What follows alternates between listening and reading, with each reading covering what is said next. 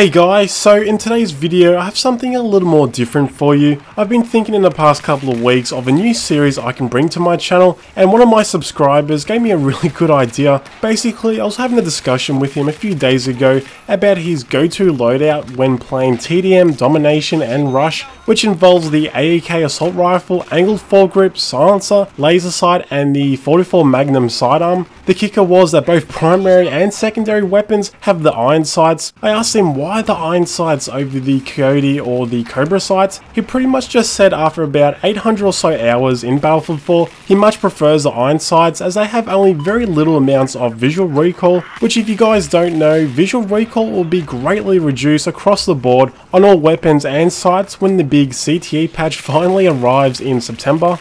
Anyway, the point is, I was really curious about trying out this loadout as I've never really thought to use the iron sights on the AEK, and it made me think I want to start a series where you guys tell me your go-to setup for when you're playing in your favourite game mode. Some people have some really crazy loadouts, but they seem to do really well with them, and I think it'd be interesting to see what other people have success with. Basically, how this will work is you leave your favourite loadout in the comment section, I'll pick one and I'll play around with it in the game mode that you play with, and I'll basically just review it.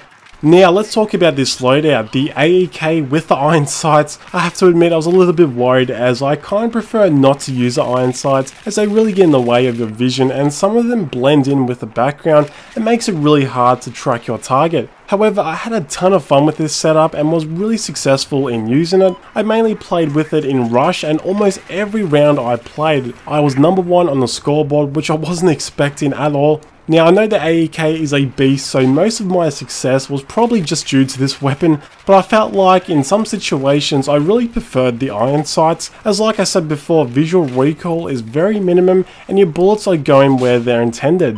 Obviously this weapon isn't meant for long range or even some medium distances unless you have really epic recoil countering skills. Luckily this loadout did include the angled foregrip, which helped reduces the AEK's huge first shot multiplier. The suppressor works really good in close range and helps you somewhat be stealthy. Your enemy can only hear your footsteps and the suppressed sound that your gun makes, which really allowed me to pull off some really nice kill streaks. Now the 44 Magnum, I use this sidearm a lot with the iron sights anyway, so I really had no issues here. You can be stupidly accurate if you line up the iron sights correctly with the target. This part here, I managed to kill this guy from a fair distance away without really too much trouble. But of course in retail BF4, the 44 Magnum still has that horrible trigger delay. Luckily it's pretty much gone in CTE.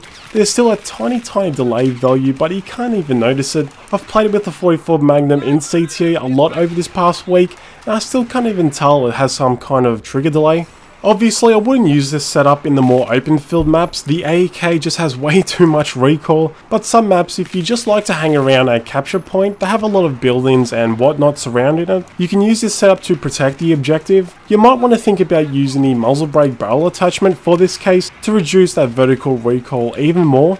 In terms of close quarters, the only issue I have with the AEK is its long ass empty reload time, which is obviously in place for balancing reasons. With its 900 RPM rate of fire, I found it really hard to make sure I had at least one round left chambered, so I would only need to do a tactical reload, but if you guys play with the weapon for long enough, I'm sure you'll get the feel of it eventually.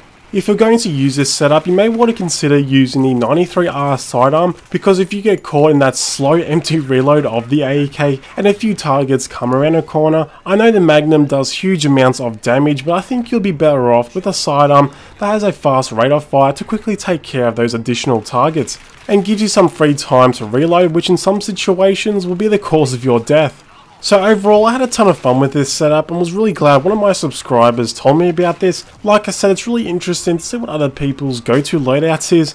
Now guys, make sure to leave your setups down below in the comment section. For example, if you play a ton of Conquest Large or TDM, make sure to tell me what you run with, all the way from primary to secondary to gadgets and attachments for your weapons, even the field upgrade kit if you want to throw it in there.